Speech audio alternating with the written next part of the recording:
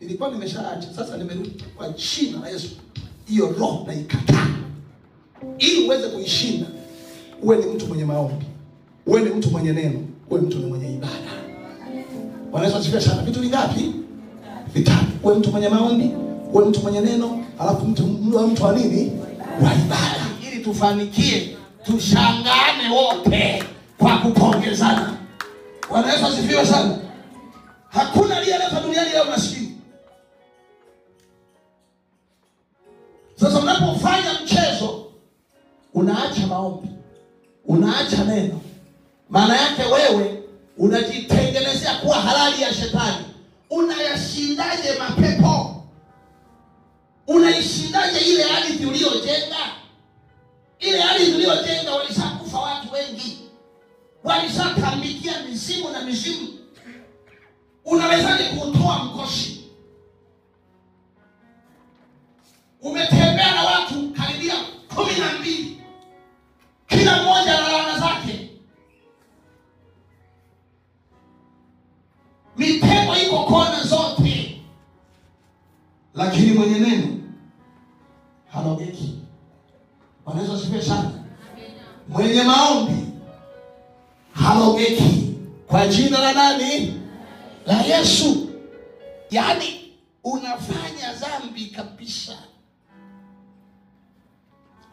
na bado unafika, Bwana ni Bwana, Bwana ni Bwana, Bwana ni Bwana, hakuna mwingine kama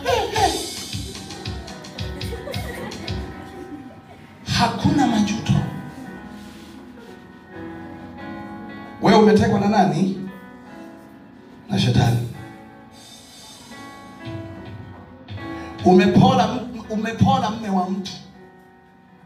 Yaani upo umetulia kabisa, huna majuto yoyote. Wewe ni mateka wa nani? Umemuibia mwenzio kabisa na bado nakataa. Wewe ni mateka wa nani? Dhambi bila majuto. Biblia inasema hata sasa mtu akiwa ndani ya Yesu Kristo, tazama amekuwa kiumbe kipya. Ya kale amefanya nini? Kwa nini unarudi tena kule? Alafu hata dhamiri haikuchomi. Hakuna hukumu. Yaani ukiona unafanya mtu aliye vizuri kwa Mungu akifanya jambo lolote liko kinyume na Mungu, kuna hukumu.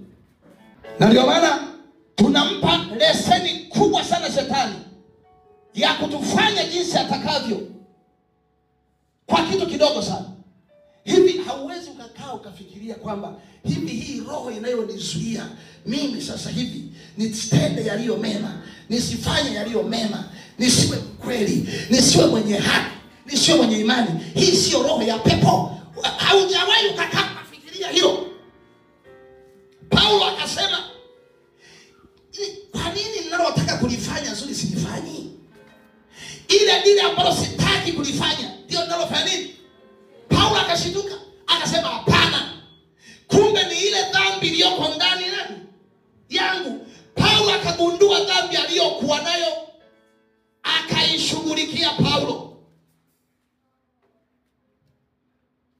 Ili uweze kuwa hai ni kugundua tatizo lilo nalo, kugundua udhaifu ulio nao.